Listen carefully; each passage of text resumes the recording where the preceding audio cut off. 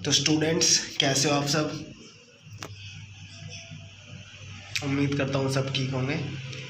चलो, जैसा कि मैंने आप सबको बताया था कि मेरे भी एग्ज़ाम स्टार्ट हो चुके हैं, तो उसके कारण मैं आपकी ऑनलाइन क्लास नहीं ले पाऊँगा, क्योंकि उस टाइम मेरा मतलब कि एग्ज़ाम्स होते हैं। इवनिंग की टाइम आप में से कुछ स्टूडेंट्स को सूट नहीं कर रही, तो ओके, कोई बात नहीं, हम आपको वीडियोस अपलोड करते रहेंगे, ठीक है।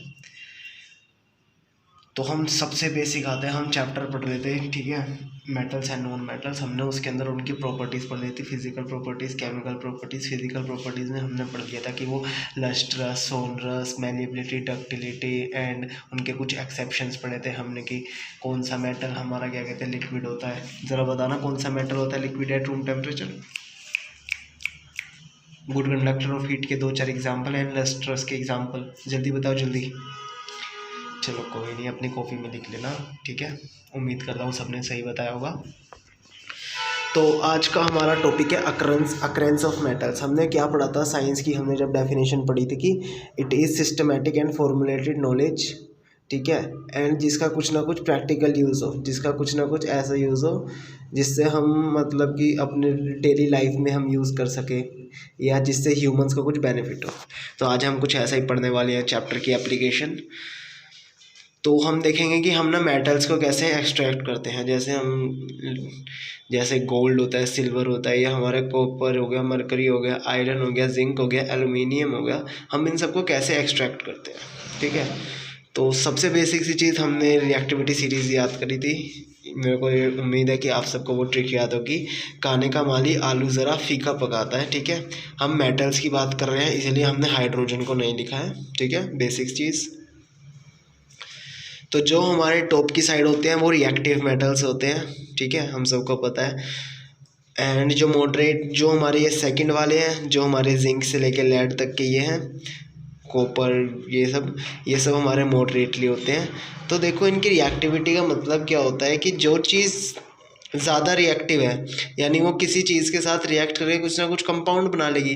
जैसे जो हमारे ये कंपाउंड है, ये कुछ कंपाउंड बनाते होंगे, ये मतलब कि आपके आयनिक कंपाउंड्स बनाएंगे, ठीक है। जो आपके मॉडरेटली वाले हैं वो हमेशा ना क्या कहते हैं, वो अर्थ में ना नेचुरल फॉर्म में नहीं मिलते। ये जो हमारे रिएक्टिव एलिमेंट्स होते हैं, ये किसी ना किसी सब्सटेंस के साथ हमारा मिक्सचर बना के, या फिर उनके साथ मतलब कि कंबाइन होके रहते हैं, रिएक्टिव होके रहते हैं, कंपाउंड्स बनाते हैं।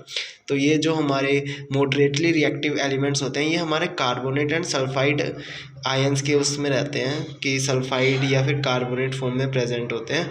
तो हम देखते हैं कार्बोनेट एंड सल्फाइड का मतलब क्या होता है। देखो, हम जो ये CO3 होता है ना, CO3 नेगेटिव, इसका मतलब होता है कार्बोनेट आयन। तो जैसे ही अगर ZnCO3 है, हमें पता है Zn का मतलब जिंक होता है, तो इसका मतलब क्या हो गया, जिंक कार्बोनेट। ऐसे ही S2 नेगेटिव का मतलब क्या होता है, सल्फाइड आयन, तो ZnS का मतलब क्या हो गया, जिंक सल्फाइड आयन। तो बेसिक सी चीज़ें हैं जो हमारे रिएक्टिविटी सीरीज़ में ये टॉप के एलिमेंट्स हैं, ठीक है, जो मतलब एकदम बॉटम के एलिमेंट्स हैं। इनका क्या होता है, ये ना हमें ये फ्री स्टेट में मिल जाते हैं, मतलब कि ये ना कि ये इतने कम रिएक्टिव होते हैं, ये किसी से रिएक्ट ही नहीं करते, इसलिए गोल्ड हमें प्योर फॉर्म में मिल जाता है। बस हमें उसकी ना वो एक्सट्रैक्शन के लिए थोड़ी सी हमें उसको प्योरीफाई करना होता है। तो हम चलो कुछ बेसिक टर्म पढ़ते हैं। एक हमारा टर्म आता है गैंग। हम मतलब कि जो स्क्वाड होती है उस वाली गैंग की बात नहीं कर रहे। केमिस्ट्री के अंदर गैंग का मतलब होता है इम्प्योरिटीज़, ठीक है। जो भी हमारे मटेरियल के अंदर इम्प्योरिटीज़ है, चाहे वो सॉइल हो, चाहे वो कार्बोनेट आयन हो, चाहे वो और चीज़ें हों जो उसके साथ अटैच है, वाटर के मॉलिक्यूल्स अटैच है, तो हम उन सबको गैंग कहते हैं। और उन सबको ना रिमूव करते हैं। जब सबसे पहले हम इम्प्योरिटीज़ हटाएंगे किसी मटेरियल से, देन ही तो हम उसको एक्सट्रैक्ट कर सकते हैं, बेसिक नॉलेज। तो और का मतलब क्या होता है, ये एक हमारा सेकंड टर्म है। और का मतलब हमारा वो मटेरियल होता है जिससे हम मेटल को एक्सट्रैक्ट करते हैं, ठीक है। इसके ऊपर आप 11th क्लास में पढ़ोगे बेसिक सी चीज़ें। ये चैप्टर आपका 11th क्लास में भी आएगा अगर आप साइंस लेते हो तो, 11th एंड 12th, ठीक है। तो आपका सिंपल सी चीज़, जो मेटल्स हमारे लेस रिएक्टिव है, ठीक है, जो मतलब कि नीचे की साइड है, वो हमारे लेस रिएक्टिव मेटल्स है, यानी कि हमारे मरकरी और कॉपर, ये दो हमारे लेस रिएक्टिव मेटल्स हैं, ठीक है। तो जो ये है, इनका एक्सट्रैक्शन कैसे होगा हम देखते हैं। रिएक्शंस के थ्रू। इसके अंदर हमें कुछ रिएक्शंस याद करनी है। आपको इसके अंदर एक चीज़ याद रखने वाली, जो पेपर में 1 नंबर का क्वेश्चन पूछा जाता है कि what is cinnabar or what is the ore of mercury. तो सिनेबार क्या है, हमारा ओर है मरकरी का। ओर क्या होता है, ओर जिससे हम क्या कहते हैं, मेटल को एक्सट्रैक्ट करते हैं, उस मेटल को एक्सट्रैक्ट करते हैं। तो इसका फॉर्मूला क्या है हमारा, आपका HgS, ठीक है, मरकरी सल्फाइड। आप इसको याद करना पड़ेगा। देखो रिएक्शंस की कोई ट्रिक तो होती नहीं, फिर भी हम बेसिक समझने की कोशिश करेंगे तो क्या चीज़ है। तो देखो क्या कहते हैं, हमने यहाँ पे हमने सिनेबार लिया, हमने क्या कहते हैं मरकरी सल्फाइड लिया, हमने उसको हीट करा। जब भी हम क्या कहते हैं किसी सब्सटेंस को हीट करते हैं ना, तो हम उसको ऑक्सीजन की प्रेजेंस में हीट करते हैं। अगर हम किसी भी ओर को मतलब हीट करें, हम किसी भी ओर को हीट करते हैं तो हम हमेशा हीट की प्रेजेंस में करते हैं। तो हमने जब सिनेबार को हीट की प्रेजेंस में हीट करा तो हमें क्या मिला, बेसिक सी चीज़ हमने क्या कहते हैं रिएक्शंस देखी थी ना पीछे, कि अगर मेटल को मैं हीट करता हूँ इन प्रेजेंस ऑफ ऑक्सीजन तो हमें क्या क्या मिलता है। तो हमने क्या क्या देखा था कि हमें क्या कहते हैं गैस मिलती है हमें, और एक हमें क्या मिलता है उसकी ऑक्साइड, हमें मेटल ऑक्साइड मिलती है प्लस गैस निकलती है। तो फिर हमने मेटल ऑक्साइड को हमने हीट करा। तो हम ये देख सकते हैं, आप ये सेकंड वाली रिएक्शन कौन सी है, एकदम बेसिक सी रिएक्शन है, याद करने की कोशिश करो। हमने 4 रिएक्शंस पढ़ी थी, आपने प्रीवियस चैप्टर में पढ़ी होगी, combination, decomposition, displacement and double displacement. तो ये हमारी बेसिक सी रिएक्शन किसकी है, हमारी डिकम्पोजिशन रिएक्शन, ठीक है। और जिस स्टेज पे रिएक्शन की हमें हमारा मेटल मिल जाता है, यानी हमें जैसे यहाँ पे हमें मरकरी मिल गई, हमने क्या पढ़ा था, मरकरी लिक्विड स्टेट में होती है। हमेशा ध्यान रखना कि हर मेटल के आगे उसकी स्टेट ज़रूर लिखना, कि वो जो भी हम एक्सट्रैक्शन प्रोसेस कर रहे हैं उसके अंदर वो कौन सी स्टेट में है। एंड जो ये हमने ब्लैक से इंडिकेट कर रखा है, आप सब समझ ही गए होंगे, आप समझदार बच्चे हो सारे, कि ये क्या है, ये इसको हमने बैलेंस कर रखा है इक्वेशन को। बेसिक सी चीज़ है, एकदम बेसिक। आप ये रिएक्शन याद कर लेना। आपको एनसीईआरटी में मरकरी की एंड कॉपर की दे रखी है, दोनों में से कोई भी एक याद कर लेना, ठीक है। पेपर में जनरली पूछ लेते हैं कि जो लेस रिएक्टिव मेटल है उनको कैसे एक्सट्रैक्ट करना है, तो सबका एक एग्जाम्पल याद कर लेना। अगर आपकी याद करने की स्पीड अच्छी है तो आप दोनों भी याद कर सकते हो। जो हमारे मॉडरेटली रिएक्टिव मेटल्स हैं, यानी कि जो हमारे इस कैटेगरी में आते हैं, ठीक है, वो मेटल्स हमने अभी भी क्या चीज़ पढ़ी थी कि जो हमारे मॉडरेटली रिएक्टिव मेटल्स हैं वो हमेशा कार्बोनेट फॉर्म में प्रेजेंट होंगे या हमारी सल्फाइड फॉर्म में प्रेजेंट होंगे, जैसे कि हमारा जिंक कार्बोनेट और जिंक सल्फाइड। तो देखो इनके अंदर क्या होता है, हम सबसे पहले सेम प्रोसेस करेंगे कि हम ना इसको हीट करेंगे इन प्रेजेंस ऑफ ऑक्सीजन। तो एक सिंपल सी चीज़ आप टर्म याद कर लो, रोस्टिंग।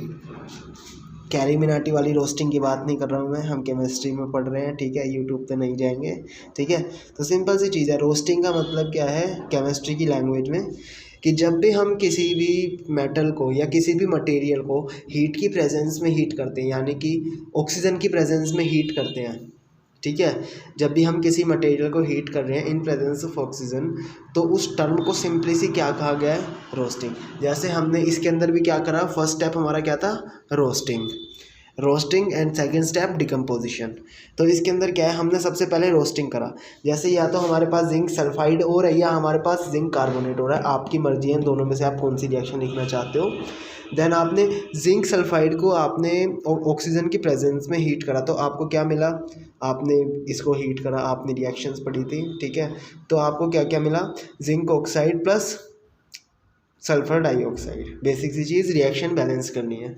एंड अगर आप जिंक कार्बोनेट लेते हो, अगर आपने उसको हीट करा, ठीक है, इसमें हमने क्या कहते हैं, ये हमारी सिंपल डिकम्पोजिशन टाइप रिएक्शन है, जिसके अंदर हम हीट तो कर रहे हैं but in absence of oxygen, कि हम ऑक्सीजन नहीं ले रहे उसमें। तो हमें फिर भी क्या मिला, जिंक ऑक्साइड प्लस कार्बोनेट, वो प्लस कार्बन डाइऑक्साइड। हम सिंपली मटेरियल को देख के पता कर सकते हैं कि हाँ भाई CO3 है तो यार हो सकता है CO2 निकलेगा, ठीक है। अगर जिंक सल्फाइड है S है तो यार SO2 तो निकलेगा ही निकलेगा, सल्फाइड हो रहा है। बेसिक सी ट्रिक्स हैं अपनी अपनी, आप याद कर सकते हो ऐसे रिएक्शंस याद करने के लिए। देन आपका हमने इसके अंदर जो ये आपका डायग्राम है सिंपली सी, इसके अंदर क्या लिखा हुआ है, जो ये हमारे मेटल्स हैं, जो हमारे क्या कहते हैं मॉडरेटली रिएक्टिव मेटल्स हैं, उनको हम ना रिडक्शन कराते हैं उनका in presence of oxygen, in presence of carbon. तो हमने जिंक ऑक्साइड को कार्बन की प्रेजेंस में हमने उसका डिकम्पोजिशन कराया, हमने उसका रिडक्शन कराया, तो हमें क्या मिल गया, हमारा zinc metal plus carbon monoxide. Basic सी चीज़ रिएक्शन देखो आपको याद करने के ऊपर है, जिसकी जितनी याद करने की स्पीड है उतनी अच्छे मार्क्स आते हैं रिएक्शंस में। जनरली एक रिएक्शन पूछी जाती है पेपर में, या आपसे पूरा का पूरा प्रोसेस पूछ सकता है कि किसी मटेरियल को आप कैसे एक्सट्रैक्ट करोगे, ठीक है। तो बेसिक सी चीज़ ये है, आपको रिएक्शन बैलेंस करनी आनी चाहिए रिएक्शंस में, एंड हमेशा ये लिखना कि वो कौन सी स्टेट में प्रेजेंट है। Okay guys,